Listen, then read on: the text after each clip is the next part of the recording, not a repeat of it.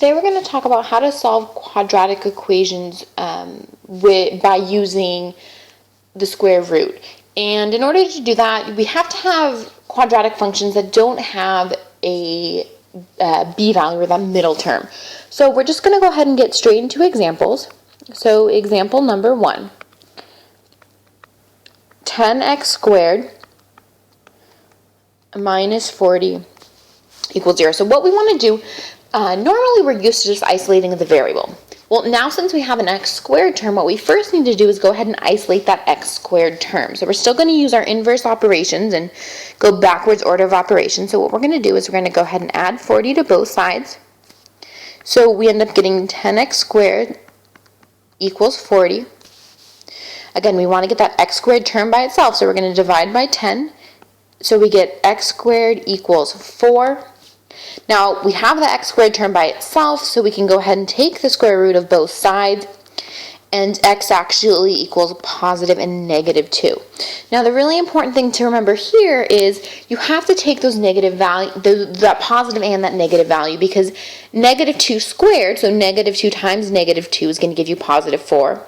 And then positive 2 squared is going to give you positive 4. We don't know which one it actually is. It could be either of them. So in all cases, when you're taking the square root, you always want to make sure that you're taking that positive and negative value.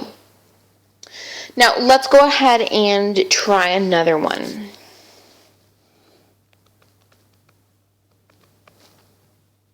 So we have x squared minus 9 equals 0. So this one's almost easier again. Always want to isolate that x squared term. So we're going to go ahead and add 9 to both sides. So x squared equals 9. Our x squared term is now by itself. So we take the square root of both sides. X equals the positive and negative value of 3. Now, keep in mind, when we're doing this, the reason we have it set equal to 0 is because we're finding those x-intercepts. When we're finding the solutions, when we're looking for the roots, we're looking for the x-intercepts of a quadratic equation or a quadratic graph. So keep in mind that these values, so if we were to graph this, we'd be graphing that positive and negative 3 value for our x-intercepts. Okay, a couple more. So, example 3. We have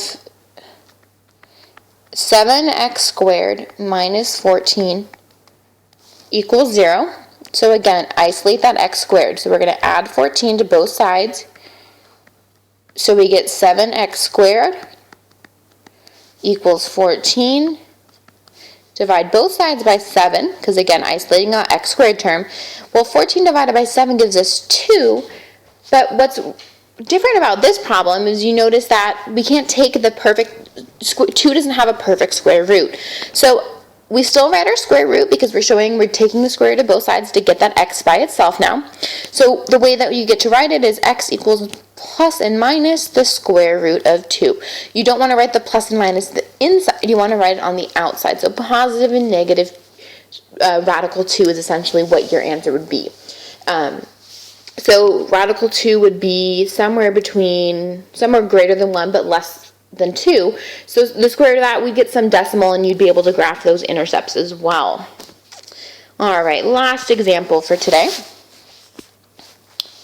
Let's go ahead and do example 4, 3x squared minus 12x equals 0.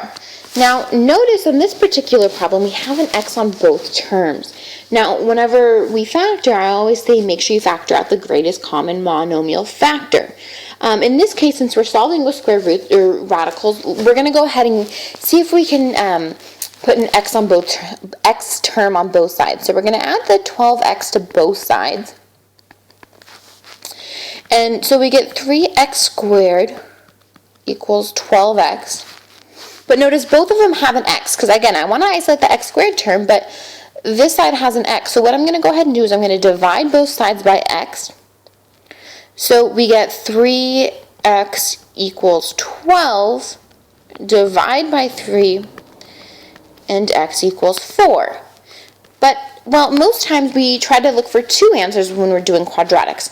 So, whenever you're dividing by x, like right here, you always need to make sure that you have an x equals 0 term. And let's look back, if we factor it, let's kind of look back as to why we need to make sure that we take into consideration that 0 term. Going back to what I said is we need to make sure you factor out the greatest common monomial factor. So 3x would be in common between both of them, and we would get x minus 4 and then equal to 0.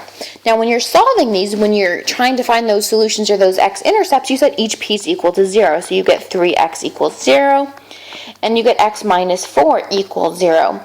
So we would divide by 3, but you'd still be left with x equals 0.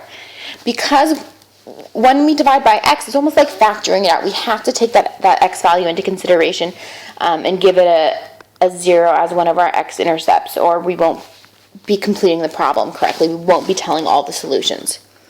Okay, so that's all we're going to do today for solving quadratics with radicals. I hope this video helped. Post your comments below if you have any questions or problems you'd like me to work out.